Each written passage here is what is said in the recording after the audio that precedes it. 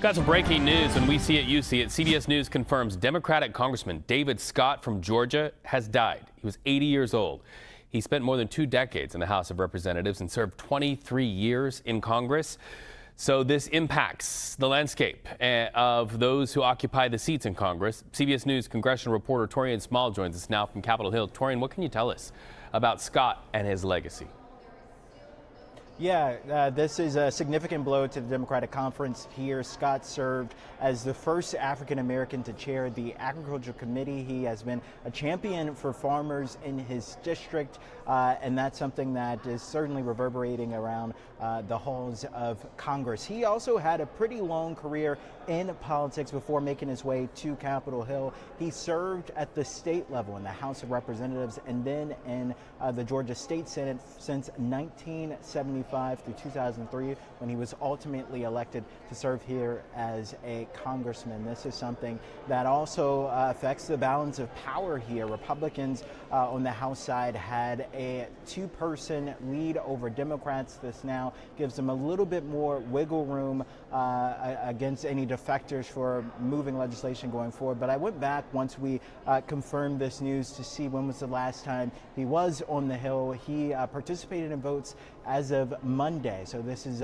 very recent, this happening. But again, as you pointed out, this is a congressman in his 80s, and he's ultimately departing because of his timely death here.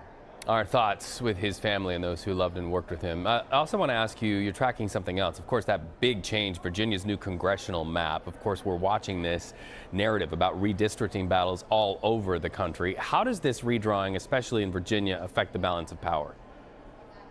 Yeah, speaking of balance of power, this would, in theory, give Democrats the edge for 4 more seats out of the 10 that the Virginia delegation holds.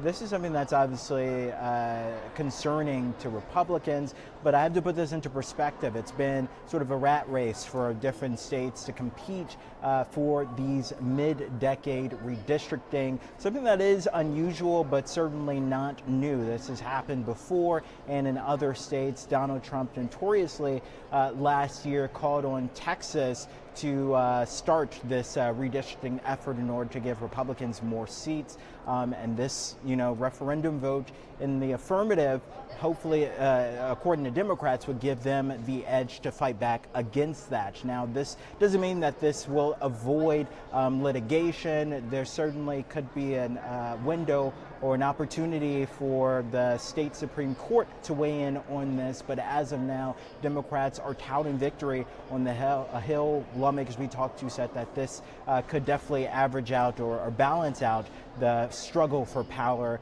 that Republicans are looking to take through Donald Trump's directive. Taurean Small live on Capitol Hill tracking breaking news developments. Thank you so much.